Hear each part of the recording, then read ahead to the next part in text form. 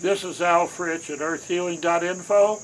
We have come to the CAJUN Heritage Farm, also in Estill County, and they are making sorghum, pure Kentucky sorghum syrup. And we are listening to the actions behind us of the machinery that will be using to squeeze the juice from the cane and then to cook it down into sorghum. We'll be talking to Mario Alexander and his family, who are involved in doing this operation.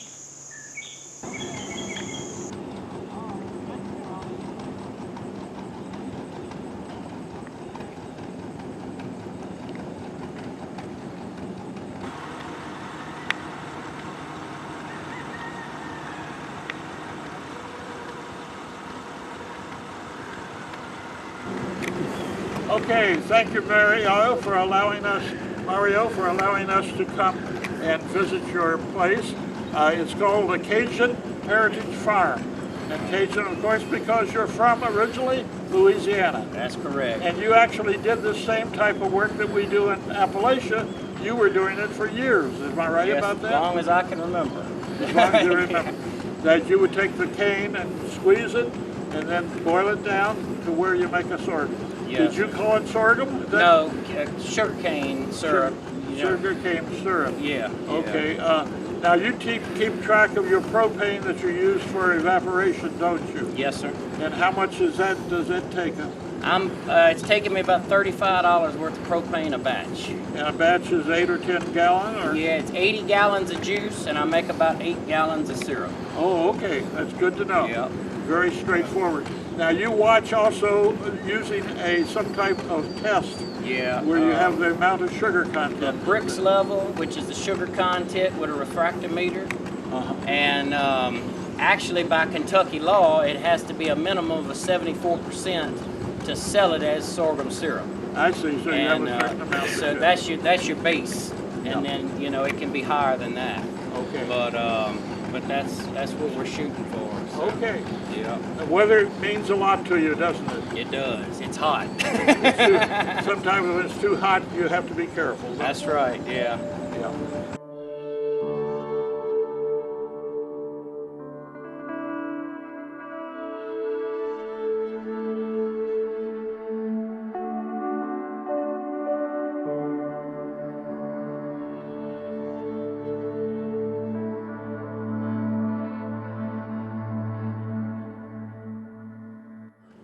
We do everything by hand, always have, but we're getting to the point now I got to start looking into something other than doing it by hand on cutting.